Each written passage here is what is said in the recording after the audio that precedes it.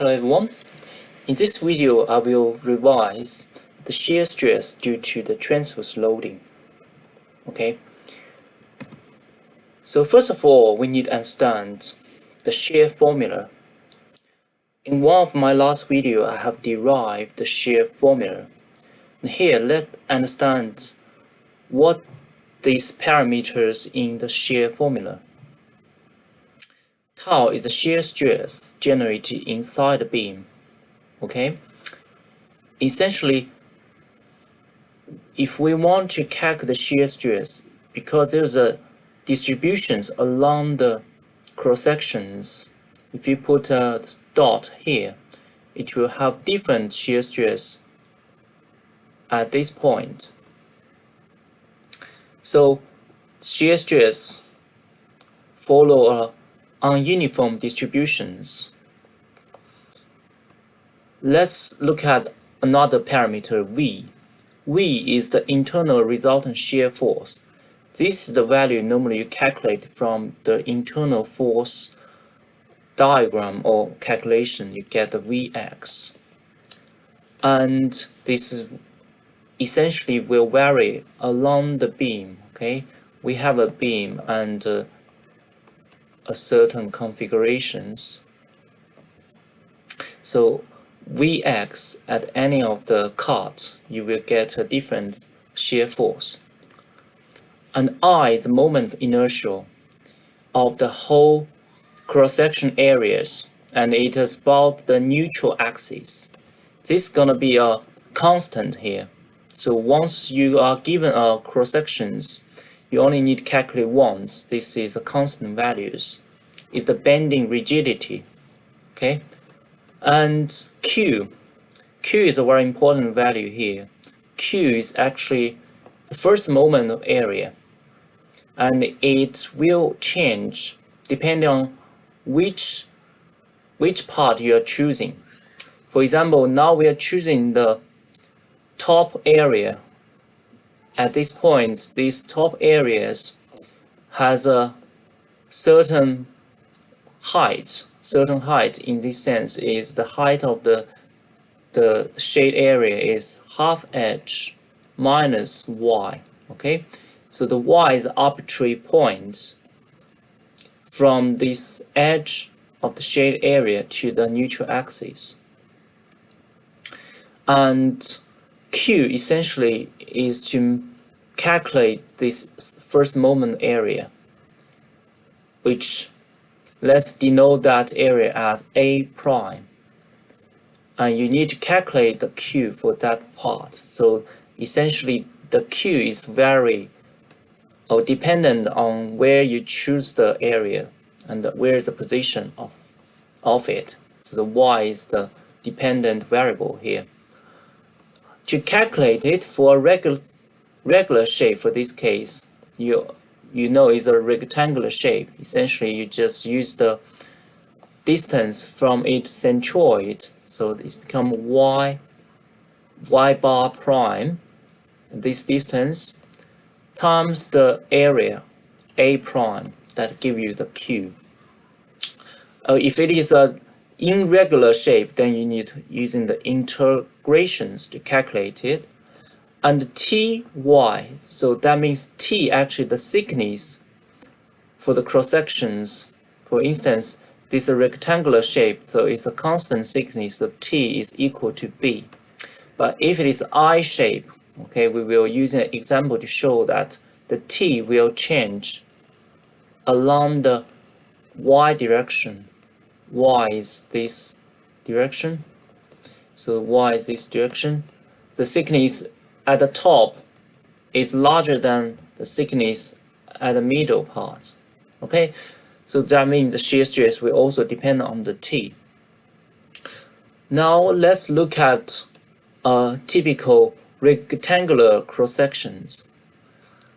I just use that example to illustrate how the shear stress distributes over the cross sections. Right. Suppose we know we have calculated the shear force at this cross section as V, and we use this formula. let's work it out. The t at this case is a constant, so it should be t is a constant equal to b. And the v is a constant at this cut is v. The only thing that is not a constant is the q. And for these cross sections, let's work out the q. Okay, as I mentioned, q should be equal to y prime, this distance, y prime bar, times the area of the shade area. So y prime bar essentially is y plus the distance here. The distance here is half of the half edge minus y. So essentially we need to calculate this part is half edge minus y, and then do a half, which give you this part of y prime bar, and times the area. So we know the area is the width times the height. The height is half edge minus y, and then times b. Okay, then you get this term. You can see the y is the variables. It will change. It will change at the neutral axis. Y is 0, and at the top and the bottom you will get maximum value. So substitute that q term inside these equations. Okay, you will get the equation like this. I for a rectangular beam is 12bh cubed. Okay, t is equal to b. And when you rearrange the equation, you find the equation finally it become a parabolic equation, a quadratic functions. And you can plot that across these cross sections, which eventually you will find at the neutral axis you have the maximum magnitude, which is indicated by the intensity of these arrows. At the edge you have smaller arrows here. Okay, so that definitely means at the edge you can substitute y, which will equal to half edge, which will give you tau is equal to 0. At the neutral axis y equal to 0, that will give you tau is the maximum value, where tau is 0, and then the whole term becomes the front part. When you actually simplify everything here, let's just do it. bh cubed times 4h squared, and you simplify everything, and this will give you 4bh, and you have 6 over v, and 6 over 4 become 1.5, and the v is the shear force. And if you look at b times h, essentially it's the total cross-section area here. A is equal to b times h. So that's the equation you can directly use for a regular shape like this. Now let's look at an example which is not a regular shape, which is the I-beam. So we know the shear force for this case at this cross-section V is equal to 80 kilonewton. And we know the I is given by this value.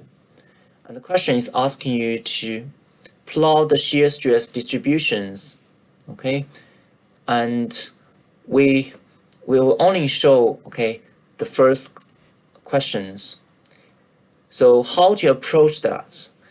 Because this is the irregular beam, we cannot use the equation we derive here directly. Instead, we need to go back to this equation V, and Qy and Ij/Ty. So now we have two independent variables, T and Q. Now let's look at first portion, the top portion, this part. We will have a simplified version where you just look at cross sections, and we want to look at B and B prime. Let's just see what these two shear stress, and essentially if you look at that, it will have a sharp jump from the flange to the central portion. Okay, so we need to look at B prime and B at the cross section, and let's look at that. For area like that, we first of all, B and B prime should have the same Q because they are at almost the same position, Q. So let's work it out, QB prime.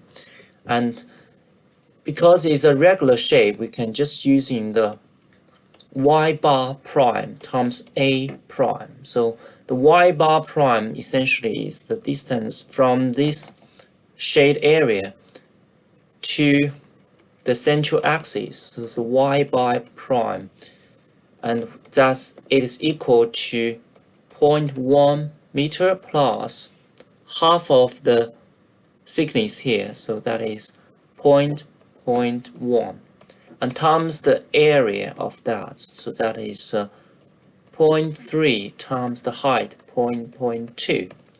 That is equal to the value here, 0.66, okay, times 10 to minus 3 meter cube. And now the thickness for this B and B prime is different. For B prime, you have the thickness T. TB prime is equal to 0.3 meter. Okay, now substitute that value in. Tau B prime is equal to V cube B prime and ITB prime, and that will equal to the value here is 1.13 megapascal. So for B point, now TB point, essentially there is a sharp change for the thickness from 0.3 to the center portion here. And let's see what the thickness for that. Go back. That is 15 millimeter. Okay, so that is 0.015 meter, and tau B in this case will become VQB over ITB. And you see that there is a sudden change of the thickness, so the shear stress will increase significantly. Okay, become 22.6 megapascals. Now, what about the shear stress at the middle point? Okay, so let's just look at the middle point. In reality, you need to calculate all the discrete points here, but that is too much work for us to do that. We only need to know the maximum points. So we know the maximum shear stress happening in the center, so at the neutral axis.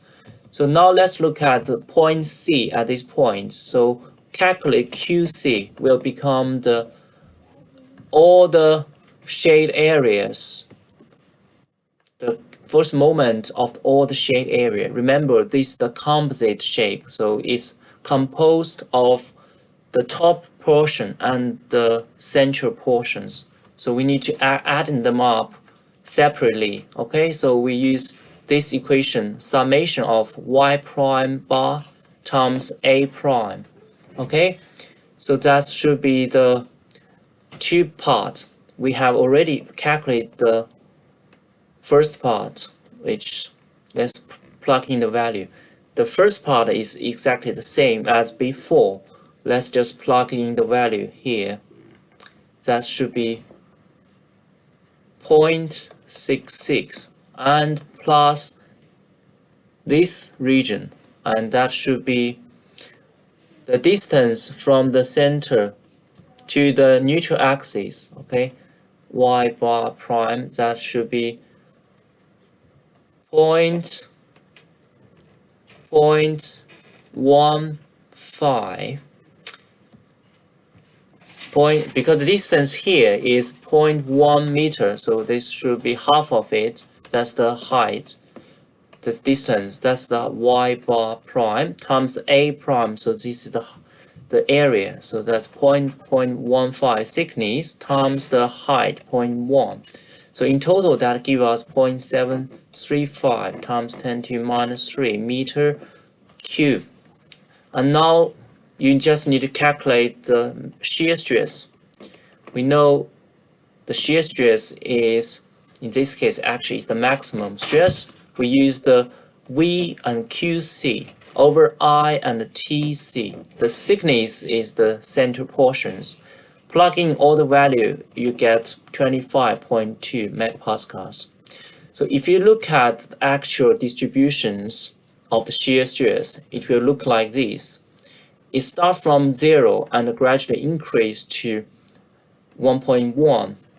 And then suddenly, because the thickness decrease, and in the I-beam, this part, and now it's increased significantly 10 times higher, and then gradually increase to the center, which get the maximum shear stress. Okay, so this is how we determine the maximum shear stress for given I-beam.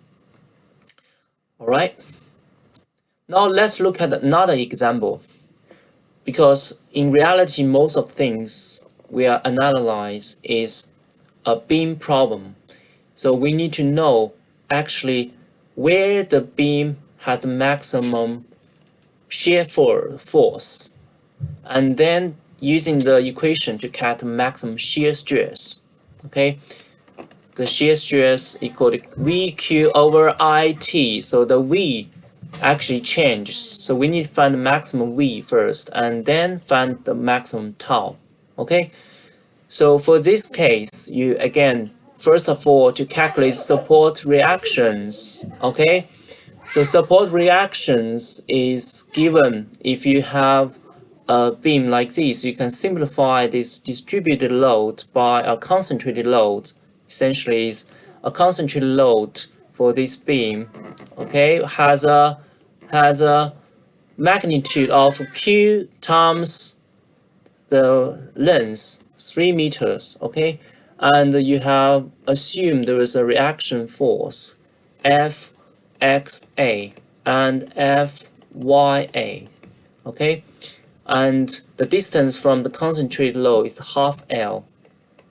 Okay, so using that, what you can get is using the summation of all the force in the x directions equal to 0, you get Fxa equal to 0. All the force in the y directions equal to 0. That means Fya plus QL equal to 0. Okay, that gives us Fya is minus QL. All right. There's another things we missed, which is the moment. We can assume there's a reaction moment happen at A point. So use the moment balance, which all the moment happening at A point equal to 0. And then let's look at MA, okay? Plus should be minus, because only this force, concentrated force, will generate a moment in a negative value. So that is QL times half L equal to 0. So MA reaction moment will be half QL square. Okay, we know Q is 5 and L in this sense is 3, so 9 meters square over 2. So that should become 2.5. So that should be 22.5 Newton meter. Okay. In this case, it's a meganewton, so I think that's meganewton meter. Right. So now, once we have done that, we need to use the internal force, internal shear force. To get the internal shear force, we need to cut the beam and at any arbitrary positions. So let's cut it at any arbitrary positions. Once you cut it, again, this is a distributed load. You need still think about that's a distributed load at any x. So for distributed load, you can simplify that the concentrated load as a Q times x, because the distance for this beam is x, or the length of this cutted beam is x, and the distance from the reference point A to that is x over 2. And still we have the reaction force here, which we have already calculated, and the moment is ma. Okay, so that gives us the result ma. Okay, now we need to assume the force Vx, that's the value we want to calculate, Nx should be 0, and Mx, the moment. For this shear stress problem, actually the only thing we care is the shear force. So we use all the force adding up in y direction equal to 0, we can find Fay and plus the Qx and plus the Vx will equal to 0. So what we get is Vx is minus Ya minus Qx. You substitute Fay, you get Ql minus Qx. So that is 5 times L minus X, right? So that's essentially the final equation for our shear force. Of course, once you have these equations, you can draw that in a diagram, okay? So let's just copy that. Vx is equal to 5 times L minus X. L is 3 meters, so that becomes 5 times 3 minus X. You can expand it to become 15 minus 5x. So if imagine this is the length along the beam, okay, and you want to visualize the Vx, and the distance from here, 0 to L, and you want to draw that, so you can substitute some value here. There's a linear equation, x equal to 0, 0, Vx is 15, that gives you the maximum value 15, and x equal to 3, Vx will equal to 0. So there's 2 points that can define a line, so connect them, you will get the distributions of the shear force. Okay, now you know the maximum shear force is happening at the origin point, at the A point. So V max in this case is 15 meganewton, right? So in this case, we only need to calculate the shear force. Shear force is VQ over IT.